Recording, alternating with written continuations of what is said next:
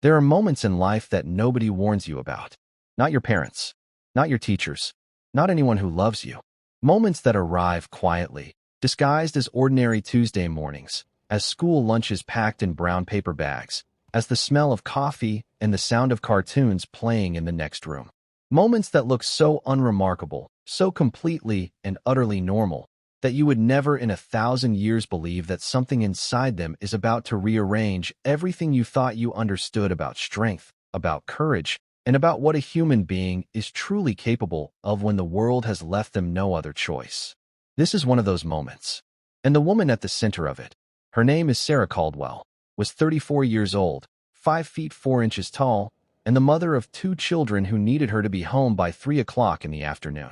She walked into that warehouse gym on a gray October morning in Columbus, Ohio, carrying nothing but a small backpack and the kind of quiet that most people never learn to recognize for what it really is. Around her stood 42 men, veterans, fighters, athletes, men who had trained their entire adult lives for exactly this kind of moment. And when they looked at Sarah Caldwell standing at the registration table writing her name on a sign-in sheet, not a single one of them saw what was coming. Not one. They saw a mom. They did not see the weapon. And by the time they understood the difference, it was already too late. Before we dive deeper, let us know in the comments where you are watching from. We would love to hear from you. And don't forget to hit that subscribe button so you never miss any of our upcoming videos. To understand what happened inside that gym on that October morning, you have to go back. You have to go back much further than the tryout, much further than the training, much further than the moment Sarah first wrapped her hands and stepped onto a mat and decided that she was done being afraid. You have to go back to a small house on Garfield Avenue in Columbus, Ohio, in the winter of 2019, to a night so cold the windows were frosted from the inside, and a woman sitting on the kitchen floor with her back against the cabinets and her knees pulled up to her chest, listening to make sure her children were still asleep down the hall. That was the night everything began. Not the night of the tryout, not the first day of training. That night, on that cold kitchen floor, that was the true beginning of this story. Sarah had grown up in Columbus. She was the second of 3 children raised by her mother, Diane, a school cafeteria worker who worked double shifts on Fridays to make sure the electricity stayed on and the refrigerator stayed full. Sarah's father left when she was 6 years old, and though her mother never said a harsh word about him, his absence left a particular kind of silence in that house that Sarah learned to fill with reading, with school, with the quiet discipline of a child who understood early that the world did not owe her anything. Teachers remembered her as steady, focused, the kind of student who sat in the middle of the classroom, not the back, never the back, and who turned every assignment in on time without being asked twice. She wasn't the most naturally gifted student in the room, but she worked harder than almost anyone around her. And that quality, that quiet, relentless work ethic, would one day mean everything. She graduated from high school in 2004, enrolled in Columbus State Community College to study healthcare administration, and by 22 was working as a medical billing coordinator for a mid-sized clinic on the east side of the city. It was not glamorous work. It was not the kind of career that people asked about at parties with any particular enthusiasm. But it was stable. It paid the bills. It gave her health insurance and a retirement contribution and a desk by a window that looked out over a parking lot where the trees turned gold every October without fail. And for Sarah Caldwell, stability was not a small thing. It was everything. She met a man named Todd in the spring of 2010 at a birthday party for a mutual friend. He was charming in the way that certain men are charming, the kind of charming that fills a room and makes everyone around it feel lit up and chosen. He was tall, good-looking, the kind of man who remembered your name after hearing it once and made you feel like the most interesting person in the space. Sarah was 26 years old.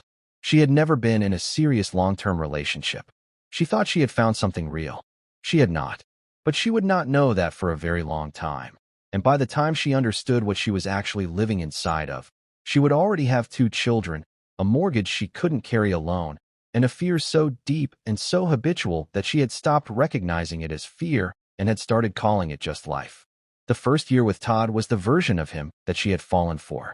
Attentive, thoughtful, the kind of man who brought flowers on no particular occasion and remembered details about your day that most people would have forgotten by the next morning. They moved in together after 8 months, and Sarah, who had spent her whole childhood watching her mother carry everything alone, felt for the first time like she had a partner, like she had someone to share the weight. She was so grateful for that feeling that she did not pay close enough attention to the early signs. The small corrections he made in public about things she said. The way certain conversations would pivot so smoothly that she would find herself apologizing without being entirely sure what she had done wrong.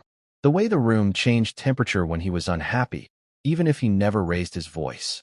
She noticed these things, but she did not yet have the language for them. And so she told herself what so many people tell themselves in those early quiet seasons of something that hasn't yet fully revealed what it is. She told herself she was being too sensitive. They married in June of 2013 in a small outdoor ceremony at a park near her mother's house. Her mother wore a yellow dress and cried during the vows. Sarah's younger sister Maya was her maid of honor. In the photographs from that day, Sarah is smiling in a way that reaches all the way to her eyes. And that is the cruelest thing about those photographs, the way they look exactly like what a good day should look like from the outside. Their son Marcus Jr., who they called MJ, was born 14 months later in August of 2014. Their daughter Lily arrived 22 months after that, in June of 2016. And it was somewhere in those years between MJ's arrival and Lily's second birthday that the version of Todd that Sarah had married began to disappear completely. And the version she had been catching glimpses of in those early small moments stepped fully into the light. He never hit her. That is something that people who have never lived inside that kind of home often use as a measuring stick, as if the absence of physical violence is the same as the absence of harm. He never raised a hand, but he controlled what she spent, what she wore, who she spent time with, and how she talked about herself. He monitored her phone. He criticized her parenting in front of the children in tones so calm and measured that a stranger watching would have thought he was simply offering a helpful observation. He told her, regularly and with complete conviction, that she was lucky to have him, that no one else would want someone like her, that she was too anxious, too needy, too much, and simultaneously not enough. He said these things without yelling them. He said them the way you might state a fact about the weather. And over time, the way water will reshape stone not through force, but through persistence, Sarah began to believe him. She stopped calling her friends as often. She stopped going to her mother's house for Sunday dinner as reliably as she once had. She began to shrink herself in increments so small that the people who loved her could not quite point to when it had happened. Only that at some point the Sarah they knew had become quieter, smaller, more careful, more apologetic, more willing to take up less space. And she would not have been able to tell you herself when the line had been crossed from an imperfect marriage into something that deserved the name people give it. Because when you live inside it, when the door is closed and the children are in the next room, and the voice that tells you that you are not enough is the voice of the person you chose, the language for what is happening to you does not come easily. It comes slowly, or sometimes it comes all at once. On a winter night, in a parking lot, in the cold. It was February of 2019. Sarah had taken both children to the grocery store after work because there was nothing in the house for dinner, and MJ had a school project due the next morning, and she had promised him construction paper and glue. Todd had told her earlier that day by text that he would be home late. She had put the children in the back seat of her car, loaded the groceries into the trunk, and was walking around to the driver's side door when she heard his voice behind her. He had been driving past and seen her car in the lot. He was standing 15 feet away in a dark coat, and the parking lot lights were flickering the way they do in winter when the cold gets into the circuits. And the way he was standing, the way his whole body was arranged, stopped her feet before any thought had formed in her head. It was pure instinct, the body knowing before the mind catches up. She put herself between him and the car, between him and the children. She stood there, and something in her went completely still.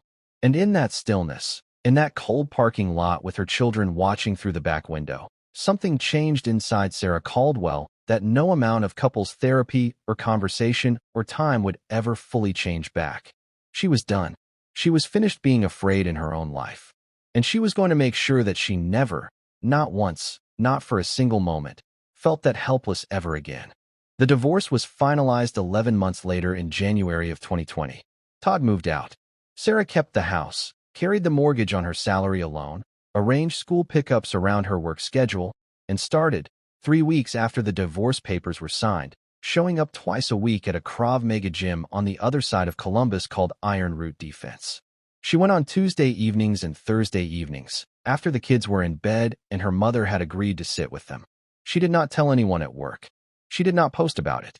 She did not frame it as an empowerment journey or a lifestyle transformation. She went because she had stood in a parking lot and felt powerless, and she had made herself a promise. And Sarah Caldwell, even at her lowest, was a woman who kept her promises. Her instructor at Iron Root was a retired Army combat veteran named Raymond Torres. He was 51 years old, built like something that had been weathered into solidity rather than sculpted toward it. And he had been teaching Krav Maga for 19 years to police officers, military personnel, security professionals, and civilians who had run out of other options. Raymond Torres had seen hundreds of students walk through his door. People who came because they thought it would be a good workout. People who came because they had read something online. People who came because they were afraid and didn't know what else to do with that fear. He had seen all of it. But he told people later, after Sarah's story became the kind of story that gets told and retold and eventually reaches a place like this, that from the first Tuesday she walked into his gym, she was different. Not in her technique. Her technique in those early months was average at best. Not in her physical fitness. She was fit enough, but no more so than a dozen other students he had trained that year. The difference, he said, was in her attention. The way she watched everything. The way she never had to be corrected twice. The way she trained like someone who understood that what she was learning was not a sport. Like someone who understood that what she was learning was a language, and that she intended to become fluent. She trained with Raymond Torres for 3 years. 3 years of Tuesday nights and Thursday nights, of arriving at his gym in the dark in winter and in the long summer evenings, of learning the fundamental principles of Krav Maga, a combat system originally developed for the Israeli Defense Forces that is built entirely on the philosophy of neutralizing a threat as efficiently and directly as possible. It is not a martial art in the traditional sense. There are no tournaments. There are no belts. There is no performance. There is only the question of whether or not you can protect yourself and the people around you when the moment arrives. And for 3 years, quietly and without announcement, Sarah Caldwell built herself into someone whose answer to that question was an unambiguous yes. She graduated from basic to intermediate instruction. She began assisting Raymond with his beginner classes on Saturday mornings. She learned situational awareness, threat assessment, the mechanics of ground defense, how to create distance, how to use what is available in an environment rather than depending on ideal conditions, how to regulate her nervous system under pressure so that fear became information rather than paralysis. She was not building a body. She was building a mind. And every Tuesday, every Thursday, every Saturday, she was doing it quietly, while the world around her kept right on seeing only the mom who picked up MJ and Lily from school and packed their lunches and remembered which one preferred their sandwich cut in triangles and which one preferred squares. In the spring of 2022, Raymond Torres pulled her aside after a Thursday evening class and told her something she had not expected. He told her she was ready to compete. Not in a tournament. Not in any kind of sport context. He had received word through a professional network he maintained from his military days that a private security and executive protection firm based out of Cincinnati was holding an open assessment for new protection agents. The firm was called Sentinel Group. They held these assessments twice a year, drawing candidates from military and law enforcement backgrounds, and selecting 3 to 5 agents per cycle to join their roster. Raymond had submitted Sarah's training record and a brief profile to the firm's head recruiter. Her name was on the list. The assessment was in October. She had 5 months to prepare. She almost said no. That detail matters, and it is worth staying with for a moment, because there is a version of this story where Sarah Caldwell says no, puts her head down, goes back to her desk at the billing clinic, packs 2 more lunches, and the world never knows what she is capable of. She almost said no because she was tired. Because single mothers of 2 children in Columbus, Ohio, working full-time on a single income do not typically have the luxury of saying yes to something that exists outside the narrow corridor of survival that structures every single day of their lives. She almost said no because she was afraid that she would walk into that room and all of those years of Tuesday nights would turn out to mean nothing in comparison to the men who would be standing beside her. She almost said no because she knew what the room would look like when she walked in, and she already knew how it would react to her. She had spent enough of her life in rooms that had already decided what she was before she spoke. She knew that feeling the way you know the sound of a door closing in a house where you grew up. She almost said no. She said yes,